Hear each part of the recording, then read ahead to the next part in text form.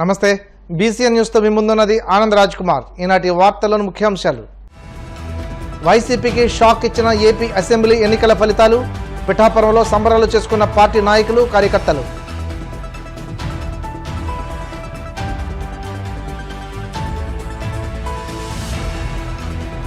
దగ్గుపాటి పురంధరేశ్వరిని మర్యాదపూర్వకంగా కలిసిన Anaparthi MLA.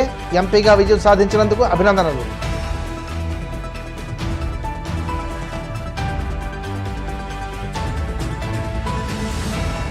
Praja Shanti party అధినేత కేఏ పాల్కు షాక్. గాజువాకలో 394, విశాఖలో 1190 పోలైన ఓట్లు.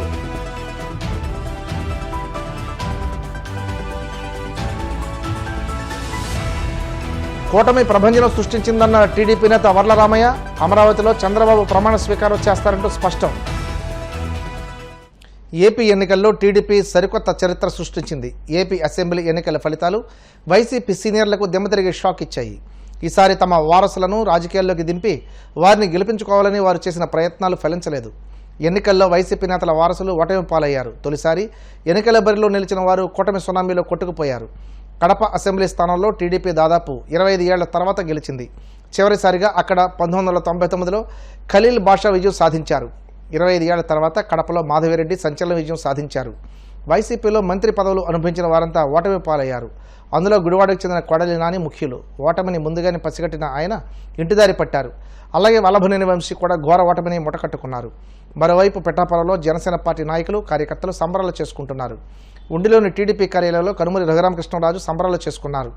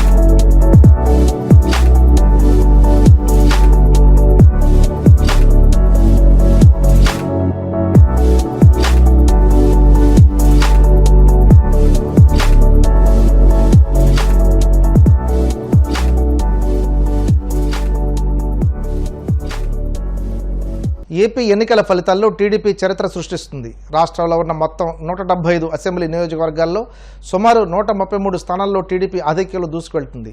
కూటమిలోని జనసేన పోటీ చేసిన 21 స్థానాలు, బీజేపీ 8 స్థానాల్లో ప్రతిభను కనబరిచింది. టీడీపీ చరిత్రలో ఇది అతిపెద్ద విజయంగా నిలిచింది. కాగా వైసీపీ 13 స్థానాల్లో లీడ్లో ఉండగా 8 జిల్లాల్లో అసలు ఖాతా తెరవలేదు.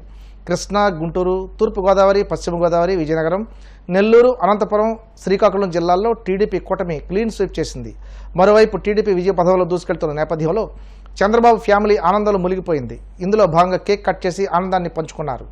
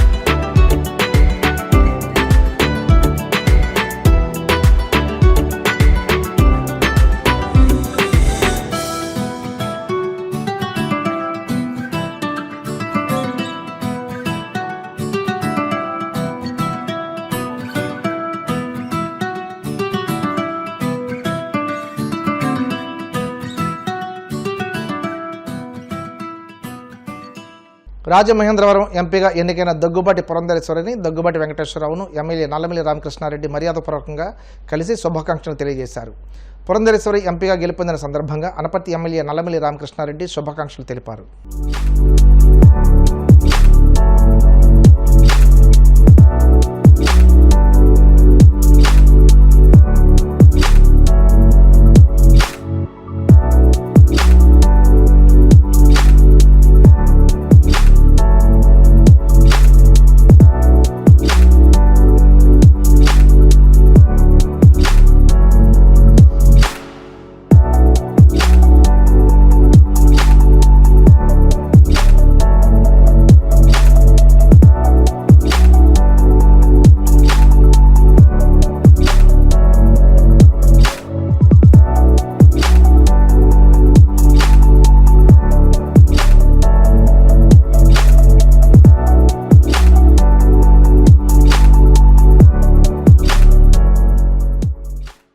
గుంటూరు జిల్లా మంగళగిరిలో తెలుగుదేశం పార్టీ కార్యకర్తలు సంబరాలు చేసుకున్నారు. పలుచోట్ల బాణసంచా కాలుస్తూ టీడీపీ నేతలు, కార్యకర్తలు ర్యాలీలు నిర్వహించారు. కూటమికి ఎవరు ఊహించిన విధంగా సీట్లు రావడంతో అంతా సంబరాలు చేసుకున్నారు. ఏపీ ఎన్నికల ఫలితాల్లో టీడీపీ చరిత్ర సృష్టిస్తుంది. రాష్ట్రంలో ఉన్న మొత్తం 175 అసెంబ్లీ నియోజకవర్గాల్లో సుమారు 133 స్థానాల్లో టీడీపీ ఆధిక్యంలో దూసుకెళ్తుంది. కూటమిలోని జనసేన పోటీ చేసిన 21 స్థానాలు, బీజేపీ 8 స్థానాల్లో ప్రతిభను కనపరిచింది. టీడీపీ చరిత్రలో ఇది అతిపెద్ద విజయంగా నిలిచింది. కాగా వైసీపీ 13 స్థానాల్లో లీడ్లో ఉండగా 8 జిల్లాల్లో అసలు ఖాతా తెరవలేదు.